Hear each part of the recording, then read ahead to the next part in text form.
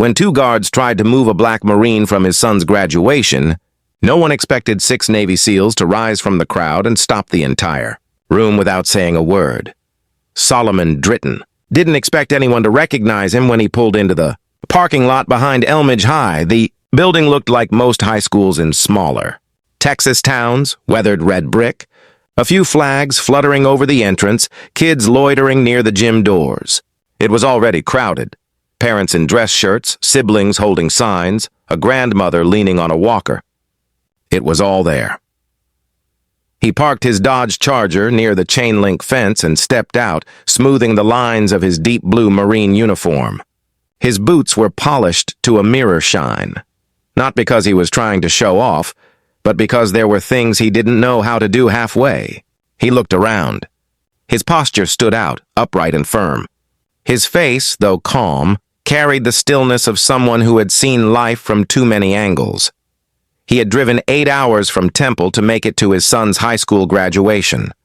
He could have flown, but the Charger was his wife's favorite car, and even after her passing 2 years ago, he still felt closer to her on the road. Solomon opened the car door and pulled out a small photograph from the glove compartment. It was old and worn with a slight tear in the corner, his wife holding Tyron when he was just a baby. He slipped it into the inside pocket of his jacket. "I promised you," he said softly, "I wouldn't miss it." Inside the gym, the walk to the entrance was slow and intentional. Every step carried meaning. His chest filled with something he didn't have a name for, but it lived somewhere between pride and ache. Inside, the gym was packed. Metal chairs filled the floor, bleachers already overflowing. The air smelled faintly of concession popcorn and floor wax. It was noisy, chaotic, alive. Solomon showed his printed ticket to a volunteer near the door, a short man with a clipboard and headset. The man squinted at it, nodded quickly, and pointed toward the 3rd row on the left side. "You're good to go. Family seating up front." "Appreciate it," Solomon said, his voice steady. He made his way to the row, catching glimpses of other families as he passed. Some folks looked at him, did a double-take at the uniform, then turned away like they hadn't. One woman gave him a small smile, then whispered something to the man beside her. Solomon didn't react. He'd been black, tall, and in uniform for a long time. He knew what some looks meant and what others didn't. He found his seat and sat down. The chair was plastic, slightly wobbly. He adjusted it without complaint. In front of him, the stage was set. Banners hung across the gym wall, Class of 2024 in big silver letters. A few school board members stood near the podium, checking notes. Solomon glanced at the rows of students lined up at the far end of the gym. Tyron was somewhere in the middle, tall, lanky, with his mother's eyes. 18 years gone, just like that. He remembered holding him the night he was born, still in uniform, dirt still under his fingernails. He'd flown in from Okinawa with only 4 days leave, and now, here they were. The confrontation begins. He sat still, barely blinking, soaking in the moment. Behind him, people continued filing in. Chairs scraped, programs rustled. Someone laughed too loud. A man dropped his coffee and muttered under his breath. None of it touched Solomon. His world was narrowed to the stage, the rows of young faces, and the weight of the photo against his chest. Then the music started, pomp and circumstance, and the crowd rose to their feet. A few students looked nervous. Others beamed. Solomon stood too, shoulders squared, arms at his sides. The national anthem followed. Everyone placed hands over hearts. Solomon didn't move. He didn't need to. His whole presence was a salute. He thought of his wife again. How she would have cried through the whole ceremony, how she would have fixed Tyron's tie 3 times before letting him leave the house. His eyes stayed forward. But as the last note of the anthem faded, 2 uniformed men began walking down the side aisle, and they were heading straight for him. The 2 security guards moved with purpose. They weren't police. Their badges read Harlan Security Services, and their uniforms were standard. Black polo shirts tucked into cargo pants, earpieces, radios on their belts. Neither of them looked older than 30. One was short and wide-shouldered with a shaved head and a tight expression. The other was taller, lanky, and chewing gum like he had somewhere better to be. Solomon noticed them right away but didn't flinch. His training taught him long ago that stillness was often more commanding than movement. He kept his eyes forward, his hands resting loosely on his thighs. The shorter guard stopped beside him and leaned down just enough to be heard. "Excuse me, sir," he said in a low voice. "We're going to need you to come with us." Solomon slowly turned his head. "Is there a problem?" The tall one stepped forward. "Yeah, this section's for families of graduating seniors." Solomon blinked, then reached into his coat pocket and pulled out the same printed ticket he'd shown at the door. "This is my seat. Third row, left side. Family seating, confirmed." The shorter guard didn't even look at the ticket. "We got told it's full." Solomon didn't move. "It was full when I sat down, too." "You want to tell me who gave that order?" The tall guard shifted uncomfortably. He wasn't expecting a calm, clear voice. "Look, it's not a big deal. There's some extra seats in the back. Let's not make this anything it doesn't have to be." Solomon's eyes narrowed slightly, not with anger, just quiet calculation. "I drove 8 hours to watch my son walk across that stage. I'll be sitting right here." Tension escalates. A few heads had started turning. A woman 2 rows over nudged her husband and nodded toward them. Someone in the bleachers tilted their phone slightly, maybe recording. The short guard straightened up and looked around. "Sir, I'm going to ask one more time." "You can ask all day," Solomon said, his voice lower now, firmer.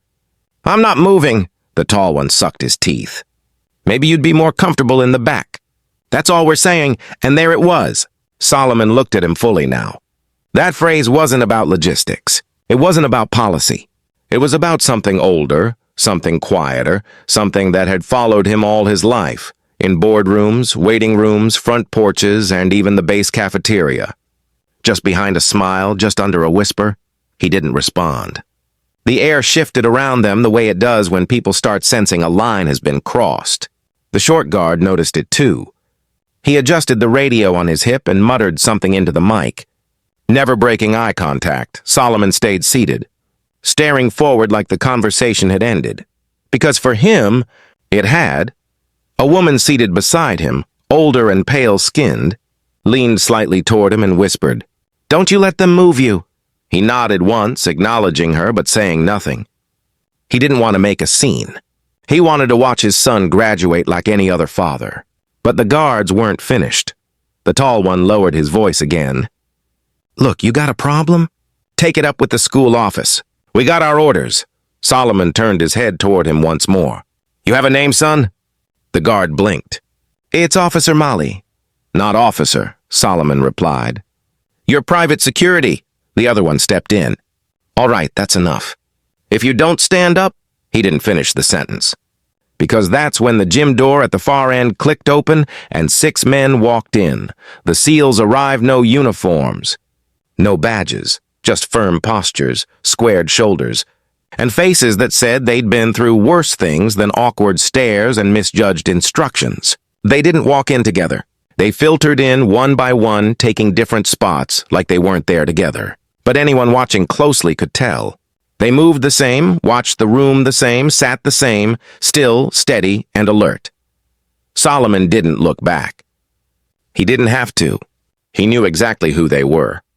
But the guards didn't, at least not yet. And they were about to find out.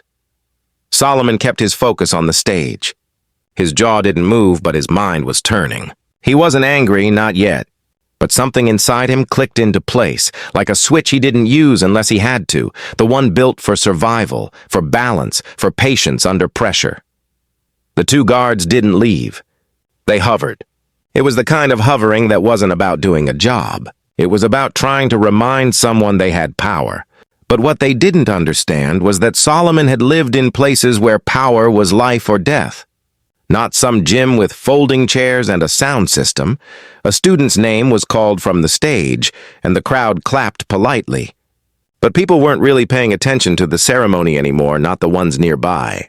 They were watching the standoff, pretending not to. The taller guard, Molly, shifted his stance again. He leaned closer, voice quieter this time. "I'm trying to do you a favor here, all right? This doesn't need to get ugly." Solomon's eyes flicked to him. You don't have that kind of favor to offer. A pause. Molly drew back slightly as if reconsidering his next move. But the shorter one, Garvin, according to his badge, was less subtle. He didn't like being challenged. His hand hovered near the radio again. Brothers stand a few rows behind, a man stood up slowly.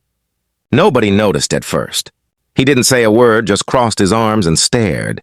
Clean-shaven, broad frame, eyes sharp. He took a seat near the aisle without removing his gaze from the scene in front of him. A second man stood up on the opposite side of the gym. Same posture, calm, intentional. Then a third. They didn't speak. They didn't need to. Solomon knew them all. He didn't turn to look because his instincts didn't require confirmation. He had led these men through mud, gunfire, and silence darker than most people could imagine. Garvin leaned down again, this time with something in his voice that wasn't there before. Listen, man, you're making this into a situation. Solomon turned his head slowly and deliberately. And you're not listening. Garvin's hand twitched toward the radio again, but before he could say a word, a voice broke the tension from 10 feet away. Is there a reason this man's being bothered? It was clear, calm, controlled, the kind of voice that doesn't rise to get attention. It drops just enough to make everyone else stop talking. It came from a man standing in the center aisle, tall, salt and pepper beard, fitted black coat over a gray shirt. His name was Creed Mast. He was the one Solomon had pulled from the wreckage in Kandahar, dragging him across 200 yards of sand while bullets rained down like gravel. Garvin looked up, caught off guard. Who are you? Creed didn't answer. He stepped forward once. I asked you a question. Molly raised a hand. Sir, we've got this under control. No, Creed said, sharper now. You don't. Another man stood up from the far bleachers, then another. 4 of them now. Solomon remained seated, still quiet. The entire left side of the gym was now watching openly. A boy pointed. A teacher tried to wave attention back to the stage, but nobody was looking at the diplomas anymore. Creed took one more step forward. You're embarrassing yourselves, and you're one breath away from making this worse. Garvin glanced at Molly, who looked less confident by the second. It was clear now they hadn't expected backup. Especially not backup like this. I don't care what your orders were, Creed said. You don't put your hands on that man. You don't tell him to move. You don't ask again. The silence in the gym felt tight, the kind that didn't come from fear, but respect. A quiet respect that started to swell as more people realized what was happening. Solomon finally looked up at Creed and gave the smallest nod. Not a thank you, not a request, just recognition. Creed's eyes softened for a moment. Then he stepped back and took his seat again, arms folded. But the tension hadn't left the air. Not yet. And the people watching were waiting to see what the guards would do next. A memory from Kandahar. The gym faded. The stage, the banners, the faces, all blurred into the background of Solomon's mind. His eyes were still open, but his memory yanked him backward. 15 years ago. Afghanistan. It was late afternoon in Kandahar province. The sun didn't set gently there. It crashed down like a hammer, turning the sand to rust and the air to steel. Solomon, a gunnery sergeant back then, had just finished briefing his unit when everything went sideways.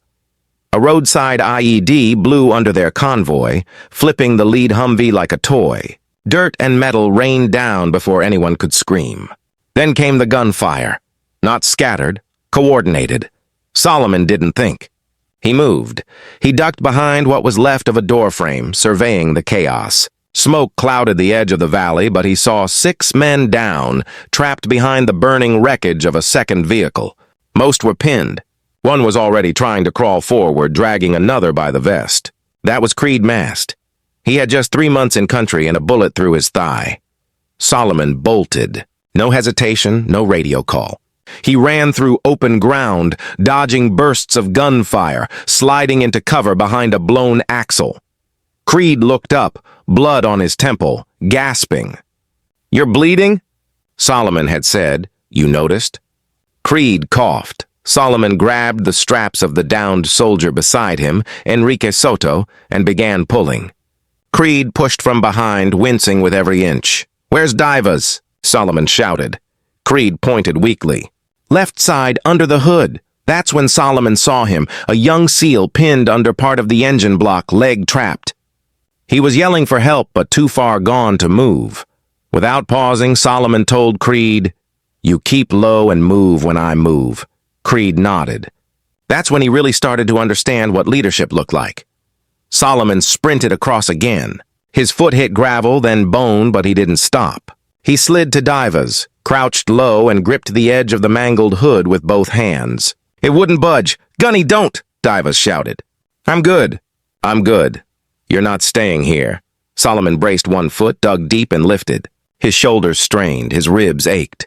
The metal groaned, but it rose just enough for Divas to yank his leg free. They fell back together, crawling toward the ridgeline. Gunfire cracked overhead. Creed returned with Soto limping on his good leg. Two others followed, Lim and Horton, faces blackened with ash, rifles at the ready. When the firing stopped, there were no cheers, no victory speech, just silence and breathing. All six of them were alive. Solomon was the last to check out. He stayed on rear watch until the dust settled and the medevac arrived. He didn't speak for a long time after that, but Creed remembered. They all did. After that day, there was never a doubt. If Solomon asked for anything, anywhere, any time, they'd be there, no matter what.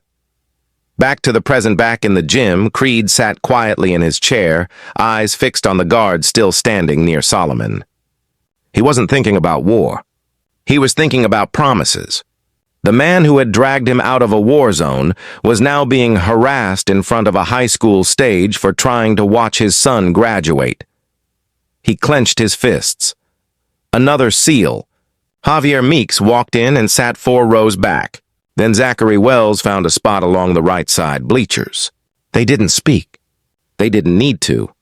Solomon glanced toward the back of the gym now, just briefly. His eyes met Meeks. That was enough.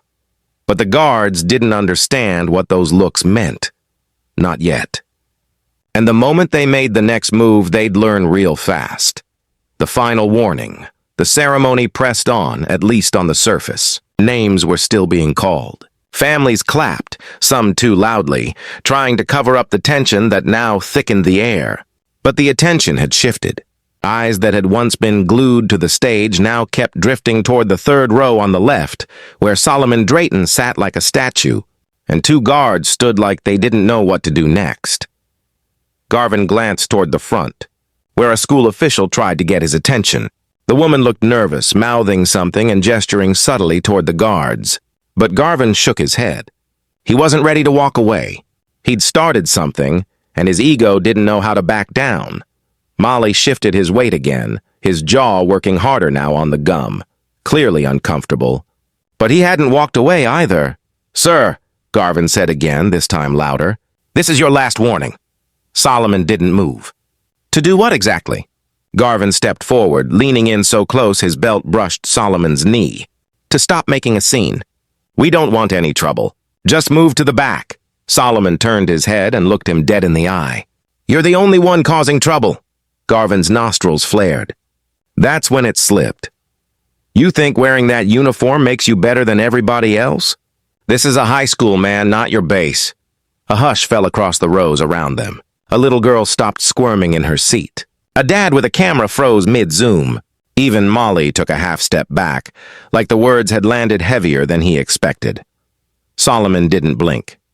He took a breath, not to calm himself, but to stay grounded. "You need to walk away." Garvin didn't. Instead, his hand dropped to the front of his belt. Not on a weapon, but near enough to feel threatening. And that's when Creed stood up. He didn't yell. He didn't posture. He just stepped into the aisle, slow and focused, like the conversation had become his business now. The gym wasn't dead silent, but close. Creed's voice was clear. "If you touch him, you'll answer to me." Garvin turned his head. "And who the hell are you?" Creed took another step forward. "The man who's telling you this ends right now."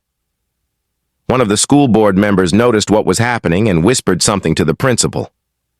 An assistant principal got up and started moving toward the back of the gym, probably calling someone on the walkie clipped to her side. The school staff was finally realizing this wasn't going to die down quietly. More SEALs rose from their seats, spread across the room. No formation, no spoken cue, just a unified instinct that kicked in all at once. By now, all 6 were standing. Garvin looked around, realizing they weren't just dealing with some angry parent. Something was different. These men didn't fidget.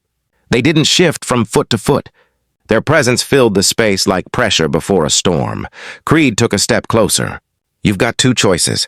Walk away now, or watch this go somewhere you don't want it to go. Molly's voice finally cracked through. Let's just back off, man. But Garvin still hesitated. Solomon spoke again, not to Garvin, but to Creed. Don't waste your breath. He already made his decision. Creed didn't smile. He just lowered his voice one last time. Don't mistake silence for weakness. Finally, Garvin stepped back. Not much, but enough. His hand dropped away from his belt. His face burned, but he was outnumbered and outclassed. The principal appeared near the aisle, whispering quickly to the guards. Whatever she said was quiet but firm enough to send them both walking toward the back exit. They didn't look at anyone on their way out. Solomon exhaled, slow and steady. Creed sat back down without a word. All 6 SEALs remained standing, but the moment still hung in the air, and Tyron Drayton was watching everything from the lineup of students, his hands clenched at his sides. Through Tyron's eyes, Tyron Drayton was near the center of the graduating class, standing in line between a girl with bright braids and a boy whose gown kept slipping off his shoulders. They were trying to focus on the ceremony, laughing nervously and checking their name cards like the world was normal, but Tyron's world wasn't. He had seen the 2 guards walking toward his father from the minute the anthem ended. At first he thought maybe it was just routine. Maybe they were helping someone find a seat. But something in his chest told him different. Then he saw the way his dad sat, so still, so composed, but locked in. He'd seen that look before. The same one he'd caught when he was 12 and came home crying because someone at school had said something they shouldn't have. His dad didn't raise his voice then either. He just sat with that same expression, like steel that refused to bend. Tyron kept his eyes on the scene as best he could. From his place in line, he couldn't hear what was said, but the body language told him enough. He saw the guard standing too close, saw his father calmly staying seated. And then he saw a man stand up, a tall guy in a dark coat. And somehow Tyron knew that wasn't just a parent. That man knew his father. The way he moved, the way he placed himself between the guard and the row, it was clear. He wasn't there for drama. He was there for Solomon Drayton. Then another man stood, and another. It wasn't loud, but it was like the temperature in the room shifted. Everyone was watching now. Tyron's heart beat faster. He wasn't scared. He was something else, torn between pride and fire. He had grown up hearing pieces of his dad's service stories, not the gory parts. His dad kept most of those to himself. But bits here and there. A buddy who sent Christmas cards every year. A scar that came from somewhere out in the dust. A box in the garage marked Kandahar that nobody ever opened. He never knew the names, never saw the faces. But now they were here, standing like they'd been waiting for this moment, like they'd never stopped having his dad's back. Tyron blinked hard, pushing down the burn behind his eyes. He didn't want to cry. Not here. Not now. The line moved forward. A few names were called. The clapping picked back up slowly, like someone had hit play again after a pause. But the room wasn't the same anymore. The energy had shifted. It wasn't about balloons or banners now. It was about respect. One of the assistant principals tapped Tyron's shoulder and said something he didn't hear. He just nodded. The student next to him leaned over and whispered, "That your dad?" Tyron didn't say anything. He didn't have to. The entire gym had seen it. And now everyone in that building understood what kind of man Solomon Drayton was. The silent stand in the audience, Creed remained standing. He didn't look around for approval. He wasn't scanning for attention. He was watching Solomon, still seated in the same plastic chair, hands resting on his lap, eyes locked on the stage like nothing had happened. But something had. The rest of the SEALs stayed on their feet too, not posturing, just present. Their silence spoke louder than any microphone ever could. A few parents clapped louder now with each name, almost as if they were trying to make up for the tension earlier. The gym had become a living thing, stirred awake by a moment of injustice, held steady by the weight of honor. Solomon remained still, not defiant, not bitter, just present. A father watching his son take one more step into adulthood. But the moment that would break through all of it was still coming. And when Tyron's name was finally called, the room wouldn't be able to pretend anymore. Tyron's name is called. The line was moving faster now. Some students were still fidgeting, adjusting caps, whispering jokes under their breath, trying to enjoy the moment. But Tyron wasn't in that space anymore. His mind kept flashing back to his father sitting alone, surrounded by faces but completely centered in that chair, like it had been built just for him. There was something about how he held himself, calm, quiet, unshakable, and something about the way those men, those warriors, rose around him without needing to be asked. Tyron realized for the first time that he didn't really know the full weight his father carried. Sure, he'd seen the pictures, the medals in the old wooden box, the folded flag tucked into the bookshelf in the living room, but those things never really spoke. They just sat there like relics. Today they walked. Today they stood. The assistant principal called out the next name. Then another. Tyron was 3 people away from the stage. He wiped his palms on his gown, tried to slow his breathing. The girl in front of him turned and grinned nervously. "You ready?" Tyron smiled a little. "More than you know." He stepped forward. On the other side of the gym, Solomon leaned slightly forward. His eyes never left the stage. He didn't clap for every student, not out of disrespect, but because his focus had narrowed to the boy in the black robe with the red and white honor cords. The boy who looked so much like his mother when he smiled. 1 name. 2 names. Then the announcer paused for a second, cleared her throat, and spoke with a bit more weight than before. "Tyron Drayton," the name echoed. There was a beat of silence, half a second, maybe less, before the room erupted. Clapping, whistling, cheering, but what stood out wasn't the volume. It was the rhythm of it. The sound wasn't chaotic. It was deliberate, coordinated, deep. The 6 SEALs, still standing, raised their hands and applauded in perfect unison. Each one clapped with force, not performance. A salute without the salute. A gesture that said, "We see you. We see your father. We honor both."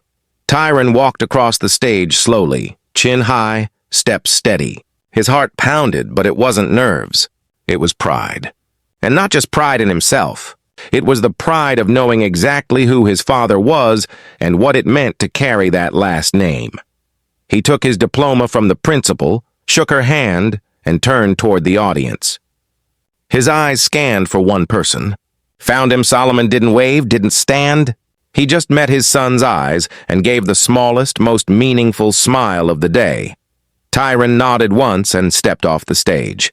The applause still hadn't died down. Parents who hadn't said a word all ceremony were now clapping hard. Some stood. A few wiped their eyes, not sure exactly why, but feeling like they'd just witnessed something that mattered. Solomon sat back in his chair and let the moment wash over him. He wasn't the kind of man to cry in public. But inside, something loosened. Not grief, not pain, just release. The kind that only comes when the circle feels complete, even if it never really is. The other names continued. But something had shifted from that moment on. Every student who walked the stage walked in the echo of what had just happened. Not because it was dramatic, not because it was viral, but because it was real.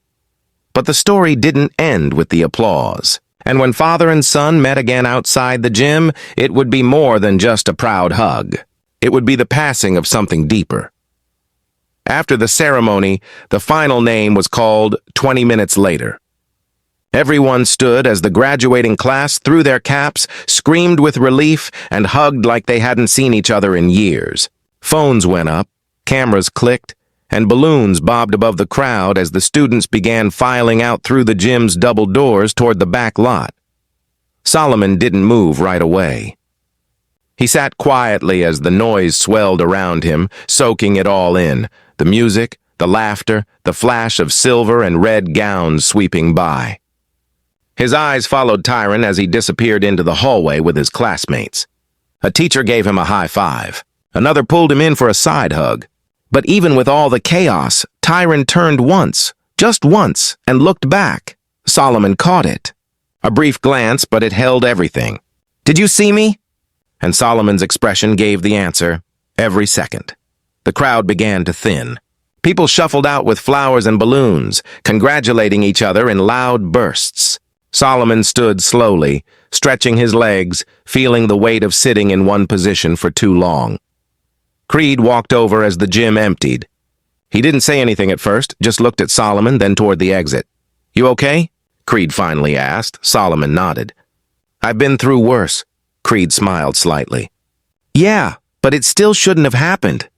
"No," Solomon said. "It shouldn't have." Another SEAL, Javier Meeks, joined them.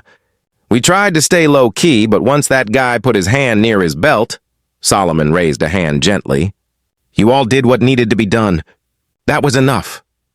The three men stood there for a few seconds longer, letting the noise drain from the room.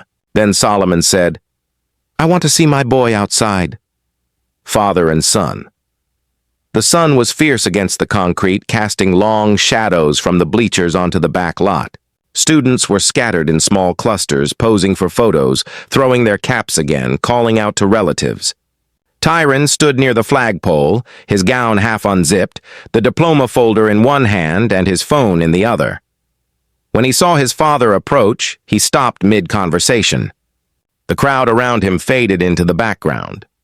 They met halfway. Tyron was the first to speak. "You okay?" Solomon nodded. "You?"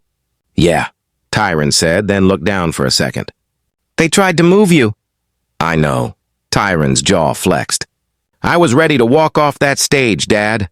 I swear I was 2 seconds from saying something." Solomon placed a hand on his son's shoulder. "And that's why you didn't." Tyron looked up. "What do you mean?" "Because you knew I could handle it. And because you handled your moment like a man.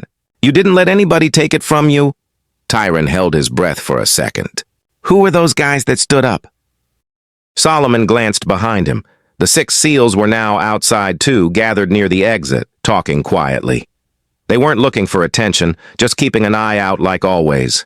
"They're men I bled with. Men who know what loyalty means," Solomon said. "Men who don't forget." Tyron nodded slowly. "That was powerful." "It was necessary," Solomon replied. "Sometimes silence is louder than shouting, and sometimes standing up without speaking says more than 1,000 words." For a moment, neither of them said anything. Then Tyron smiled. "You going to tell me those war stories now?" Solomon chuckled. "Some of them. You're old enough for the real parts now." They stood there shoulder to shoulder, not just father and son. 2 men connected by something that couldn't be explained, only lived. Across the lot, Creed raised a hand. Not a wave, just a gesture of respect.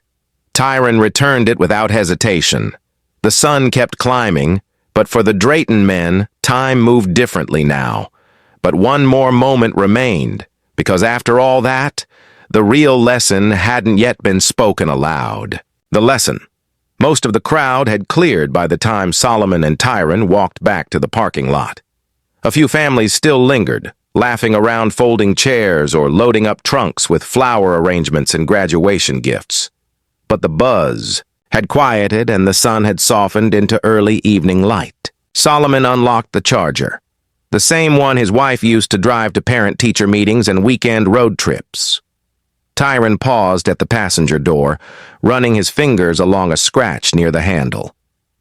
"She would have been screaming the loudest today," he said softly. "She would have made you retake every photo until your smile looked just right," Solomon replied, managing a grin. They climbed in, shutting the doors behind them. The car was warm from the sun, but it felt like a cocoon, sealed off from the rest of the world for a few breaths. Tyron turned to face his father. "I got to ask, why didn't you say anything to those guards? You just sat there." Solomon tapped the steering wheel once, then turned to him. "Because I don't have to stand up for who I am. and I don't need to raise my voice to be heard." Tyron looked out the window for a second, chewing on that. "You know how many times in my life I've had to choose between letting something slide or blowing it up?" Solomon continued. "That moment today, what those men tried to do, it wasn't new. But how we respond, that's what defines us." "But they disrespected you," Tyron said, "in front of everybody." "Yes," Solomon said, "and everyone saw it. But they also saw the truth. They saw 6 men who had every reason to be somewhere else stand up. Not because I asked, because they knew what that moment meant."